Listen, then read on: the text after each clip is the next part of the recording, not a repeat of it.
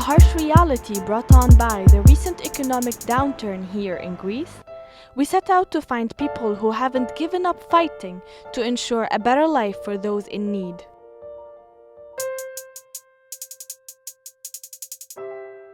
The Greek Orthodox Church has always played an important part in Greek society.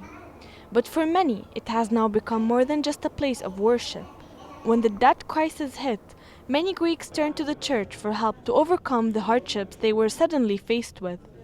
The St. Sophia Orthodox Church in Neopsychiko, located in the northeast of Athens, is one of the many churches that has answered the desperate calls of those facing financial adversity. This soup kitchen, run by the church, has always offered free food for the unemployed and homeless. But with the ever-growing numbers of people finding themselves in need, the kitchen has opened its doors to anybody requiring a hot meal. The kitchen is run completely by volunteers who are themselves struggling to survive, yet they continue to find the willingness to help others. My name is Dimitra. I came here as a volunteer to offer people whatever I can. And as you can see, the number of people that come here increases daily due to the economic situation. We are trying to help the 6 other volunteers and I who help with this project that the church offers, which is always led by Father Christodoulos, who offers everything to the people of our church as well as others.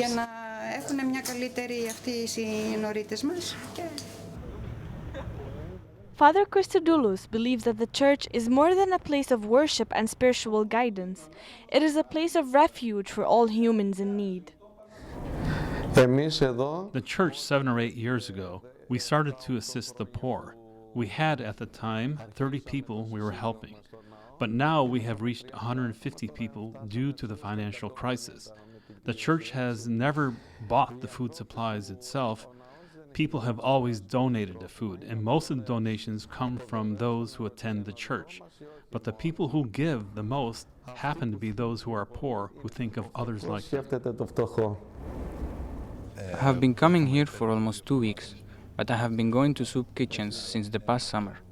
I lost my job 2 years ago, and step by step my financial condition got worse.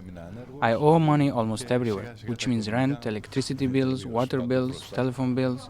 The water supply in my house has been cut off.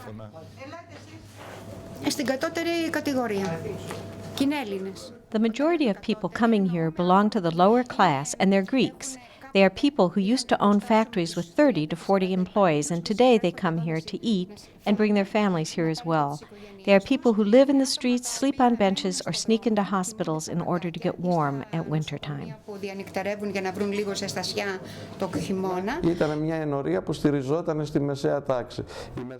This church has been dependent and supported by the middle class, but nowadays the middle class is the one that is suffering the most. We see people daily who once had businesses with 20 or 40 employees, and now they themselves are in a difficult position and have to come to church asking for food.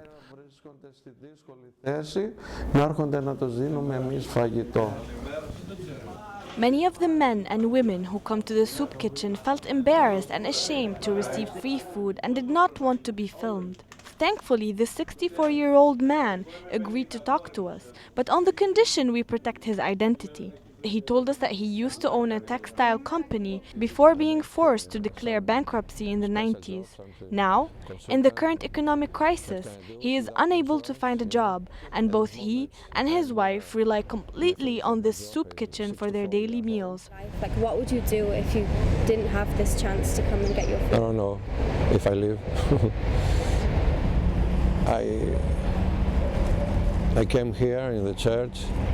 I take some food for lunch, the bread, and to make some other thing for the night, because the money we collect, we can pay some bills, for the electricity, for the telephone, and everything.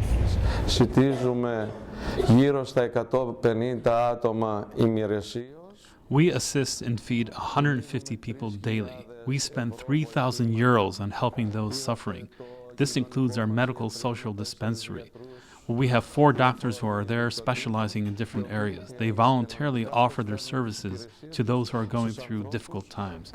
These are the most difficult times that we've seen since World War II. τη μεγαλύτερη νομίζω από το Δεύτερο Παγκόσμιο Πόλεμο και εδώ. The Smile of a Child is another organization that, like its name suggests, tries to put a smile back onto the face of children in need. Marina Kaviliarakis has been working for the Smile of a Child for 13 years and explains how this non-profit organization was first conceived. So let me share with you the story of young Andreas Yiannopoulos. Andreas was a 10-year-old boy who was suffering from brain cancer. So one day he took his pen, he had his diary next to him, and he wrote something very, very important to us that I would like to read it to you. And the story goes like that. We all know and talk about children in the streets that don't smile. They don't smile because they don't have no money, no toys, they don't have any food, and some don't even have parents. So start thinking and stop talking empty words. Let's all unite and give what we can to the poor ones. Albanian children, white and black, they're all just children and they deserve a smile. This organization shall be called the Smile of the Child. So let's all help. United, we can make it happen. So after that, his family read his diary and thought that this is very, very important coming from a 10-year-old boy. So the whole family went on public and they said to the world, Andreas also talked, that we should stop talking, the grown-ups, we should start working all together because there are many, many children in need in Greece. Unfortunately, some weeks later, Andreas died, but his dream, all the 17 years through, came true. And the Smile of the Child, which was at the beginning a small association, came bigger with the help of volunteers and sponsors. So we do have a lot of actions fulfilled because, as Andreas wrote it, there are many categories of children in Greece that need our support. This warehouse in the center of Athens is where the Smile of a Child collects and redistributes donated items. Families and individuals in need are provided with groceries and other domestic products. Since the start of the economic crisis, more and more families who are struggling to make ends meet now come here to get access to the items they can no longer afford.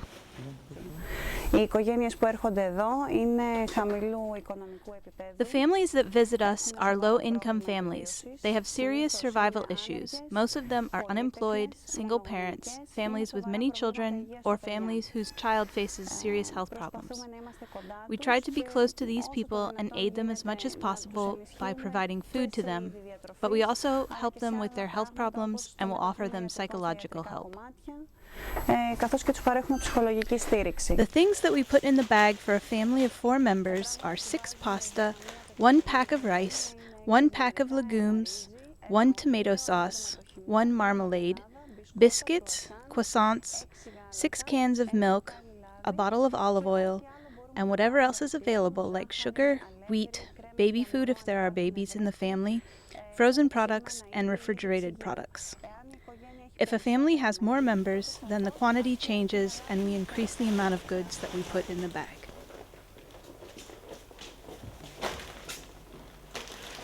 A 24-hour national child helpline is another service offered by the Smile of a Child. The organization has call centers across Greece that not only answer phone calls to accept donations, but primarily offer a first line of contact and care to parents and children in need of help, whether it is for social, financial, or emotional support. I receive calls from parents, children, educators, neighbors, or anyone can call us to provide information about a child that maybe is a victim of abuse or neglect. We provide social support, psychological support. We provide shelter to children, so we receive requests by services, social services in all over our country for children that they need to go away from their environment, and they have to find a safe shelter for them. And we're also taking some calls, we're receiving some calls by children who need to talk to someone about their problems, about any issue that it may bother them. And we are here for everyone that needs to take advice for everything. Doctors of the World is another remarkable organization making a difference to the lives of many here in Greece. They provide free health care to people who are not insured and are unable to pay for medical treatment. I came from Somalia. I fled from the war. This organization provides me with milk for my child and with medicine for both of us. I am so tired. My situation is horrible, but I thank God. I am not comfortable here, but I don't want to go back to my country. I came from Somalia to save my life. To save my life.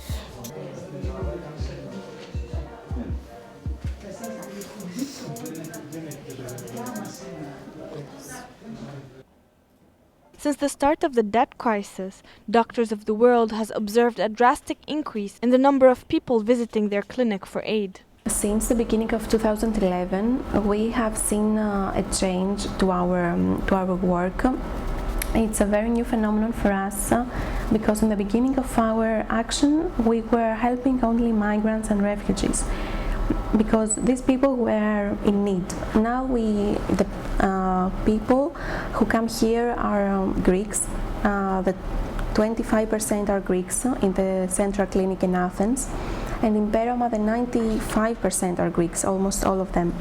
Our organization is an international one. It's medical. The main goal of the organization is the provision of primary medical care to vulnerable people. The people come here in order to be treated. We have a pharmacy inside the clinic. We try to have all the necessary and important medicines because they are all donations from the people, from big companies, from other organizations maybe. And we have a shelter for asylum seekers who can stay here for 6 months until 1 year in order them to be integrated to the Greek society.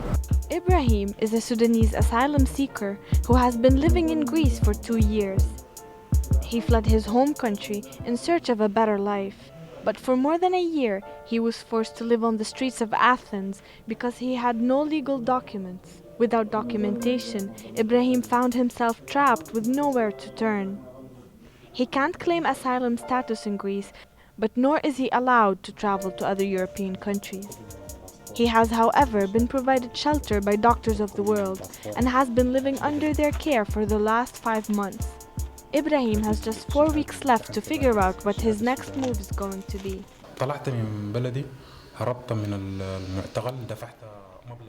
I left my country. I escaped from prison. I paid 4,000 euros to a lieutenant in the Sudanese police force to release me secretly. I fled the country with a fake passport, not my passport. The picture was mine, but the name and the information were fake. I fled to Turkey and I paid 1,000 euros to enter Greece illegally. I paid 5,000 euros in total. It was all for freedom. But I haven't found freedom here. I'm oppressed here and I'm racially discriminated against. Plus, I wasn't provided with any help. A while later, a Greek lady helped me to find this place. So I came and I lived here. Without this place, I would be living on the street. But I was told I only have a short period of time to stay here. Once this period is over, I'll be thrown out. So basically, I used to be homeless, and I'm going to end up being homeless again. There is no solution for me.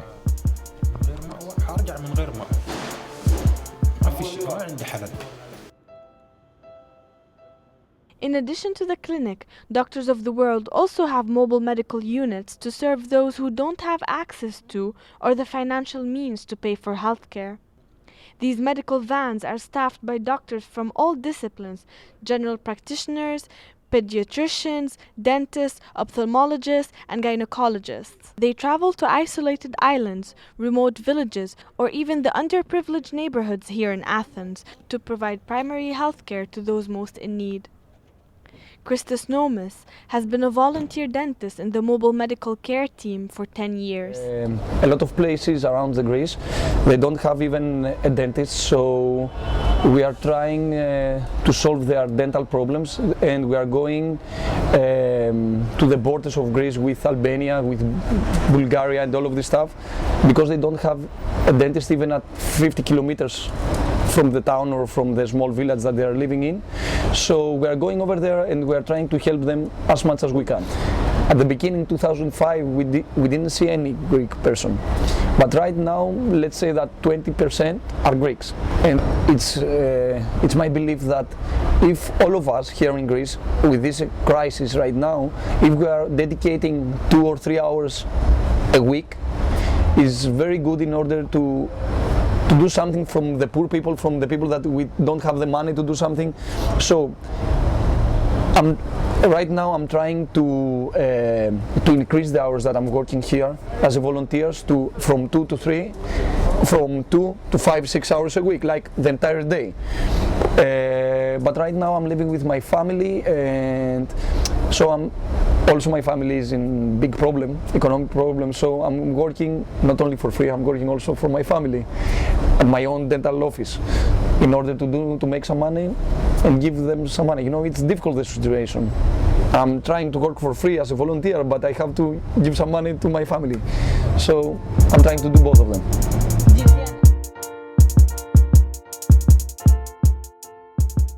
Kivotos, which in English means the Ark of the World, is another aid organization that provides help to children and adults experiencing hardship.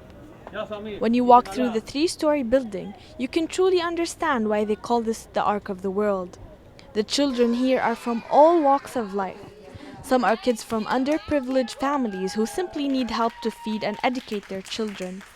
Others are children from Afghanistan, Iraq, Somalia, or Palestine who are presently, along with their families, seeking asylum in Greece. And the rest are predominantly orphans whose only family are now the caring staff and volunteers of Kivotos. Father Antonios, the founder of Kivotos, established this remarkable project 15 years ago. His mission was to aid families by teaching them how to help and look after themselves. I started when I was 26 years old, 15 years ago. I didn't choose this, I didn't have a plan. I actually found myself in front of people in need, and I said to myself, what am I going to do now? Shall I close my eyes? Everyone in my area knew the chaos that was taking place here. There are also so many drugs in our neighborhood. Kolonos had a high crime rate among the youth, and this wasn't coincidental, because almost all families here are single-parent or broken families.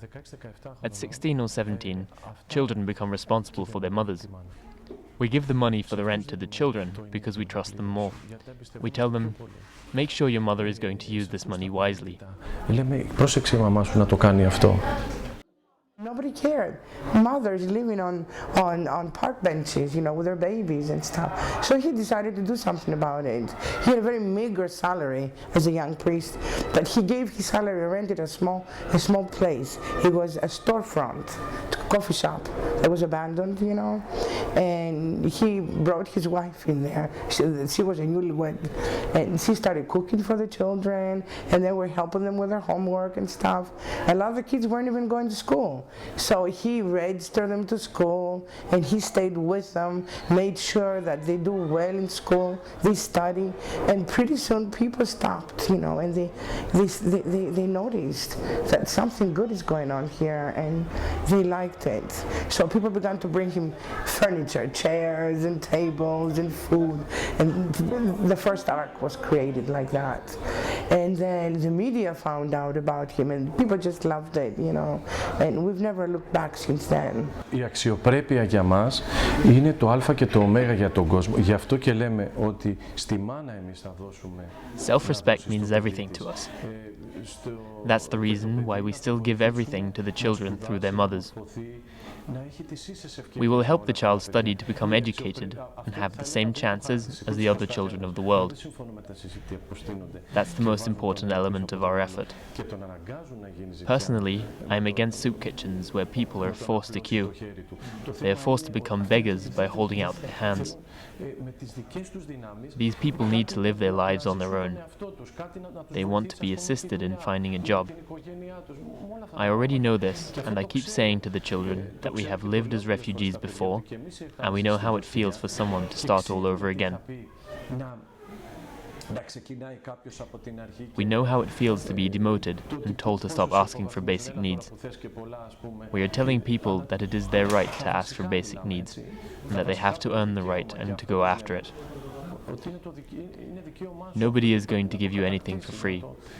You have to earn everything by studying, by getting educated, by being a good citizen, by loving this country, and not making any excuses.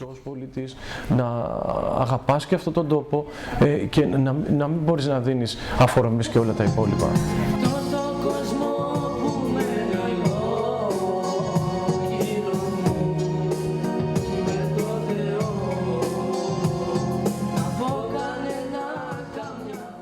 Kivotos has changed the lives of many, particularly the children they care and provide support for. Prodromos and Pantelis are two Greek Roma teenagers who have become part of the community. Here, they don't feel discriminated against, which is why they spend the majority of their time after school at Kivotos studying, making music, and having their evening meals. The thing that I like the most about this place is that we are encouraged to go to school. We come and do all of our homework here, and we have our food here. Father takes care of us and showers us with lots of love. These are the things we like the most. The thing that I like most about this place is that we're encouraged to go to school. We come and do all our homework here, and we have our food here. Father is taking care of us and showers us with lots of love.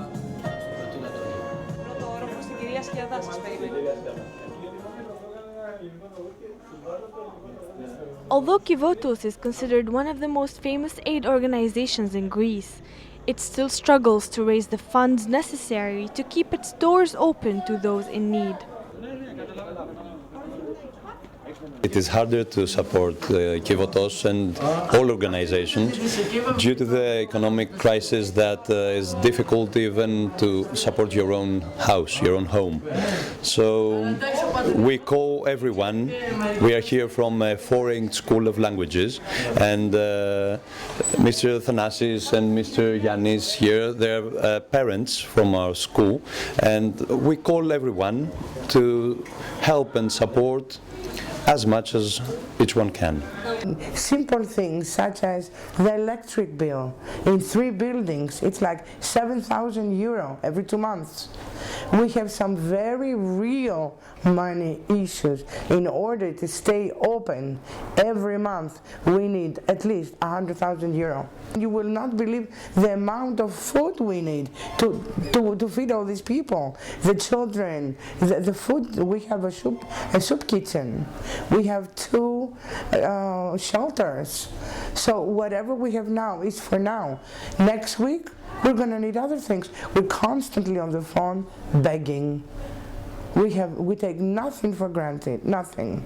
We never knocked on the government's door asking for funds because he's a priest. There are other non-profit organizations that their leaders or their founders are not priests.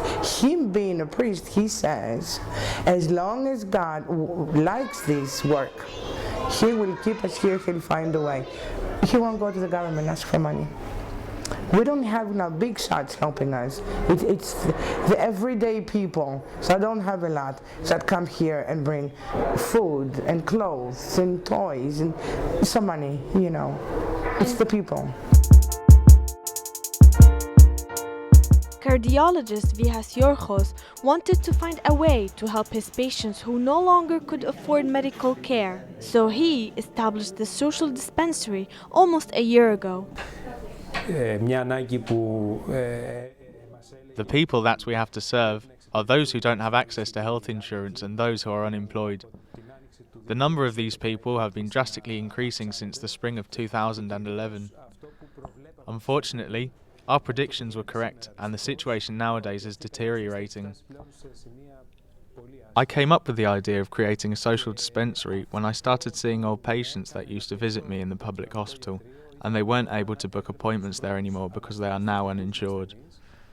They are no longer able to get their medicine because they are unemployed and have no access to the public health system.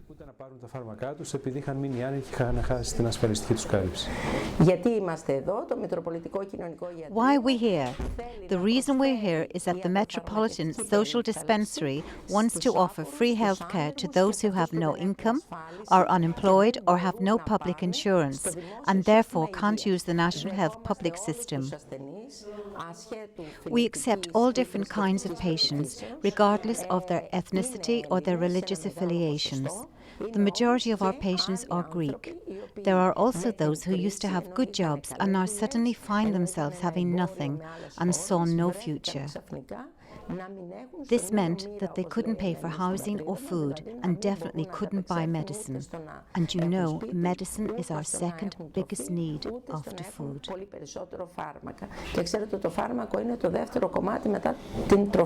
My daughter was having a problem for the heart, but I don't have I'm unemployed, no work. And I lost my husband 1.5 years. I don't have money to pay to see doctor. And my children, we have a factory here. Yes. And do you come here often? Yes, I come here. Always I come here, close appointment, I come to see doctor. If I need medicine, then give me the medicine. At the present time, hundreds of people are dying and are helpless. People are, as I told you before, being convicted to death by our own government. It's not something that the government is ignorant about. The government has full knowledge of what's happening, because it's them who have caused this loss and have made people lose their public insurance. They are therefore incapable of using public healthcare services. Large aid organizations are not the only groups who are reaching out to help the Greek community. Athenistas is a small unit that was formed and run by Greeks striving to brighten the lives of everyone living in Athens during these gloomy times. The group tries to help the underprivileged by organizing and hosting charity events. One of Athenistas' most recent events was a book fair held in the center of downtown Athens. People were invited to come and exchange books and other literature. But most of all, it was an opportunity for people to get together and socialize. Luisa Paraskevopoulou has been an active member of Athenistas for 2 years and believes that sometimes it is the little things that matter most during times of hardship. So what we're doing actually is that we're trying to make small changes in the city in order to make the life of the people here better. And we have 3 central pillars. So the first one is to do with the environment, the other is doing with the culture, and the third is doing with caring about people that they have some problems like poor people, homeless, orphans, etc. Actually, Athenistas team was founded during the crisis. It's an initiative that runs for 3 years now, and I think that the crisis actually has the conditions that we need to do this creative thing, because all of us, we wanted to do something, and when the crisis came we said, okay, this is the time to do it now. So we're just trying to make some things that we think that we can, there are small things, not very big changes. We know we cannot change the world, but we know that we can add something different in this town. In less than a week, we were able to find 6 different reasons to smile.